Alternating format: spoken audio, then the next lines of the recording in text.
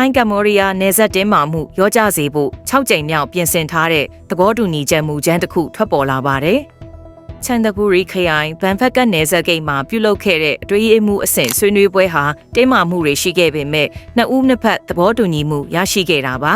။လက်ရှိမှာတော့ဒီမူကြမ်းကိုဝန်ကြီးချုပ်အနုထင်ချန်ဝေရကူဦးဆောင်တဲ့မြို့သားလုံခြုံရေးကောင်စီစီကိုအတည်ပြုချက်ရယူဖို့တင်ပြထားပါတယ်။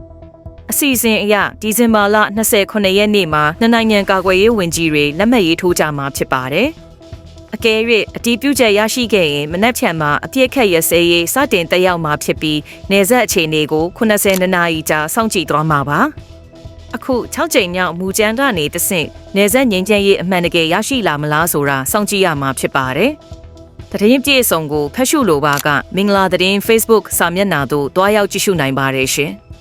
နေ့စဉ်သတင်းများအတွက်မင်္ဂလာသတင်း channel ကို follow လုပ်ထားဖို့မမေ့ပါနဲ့နော်။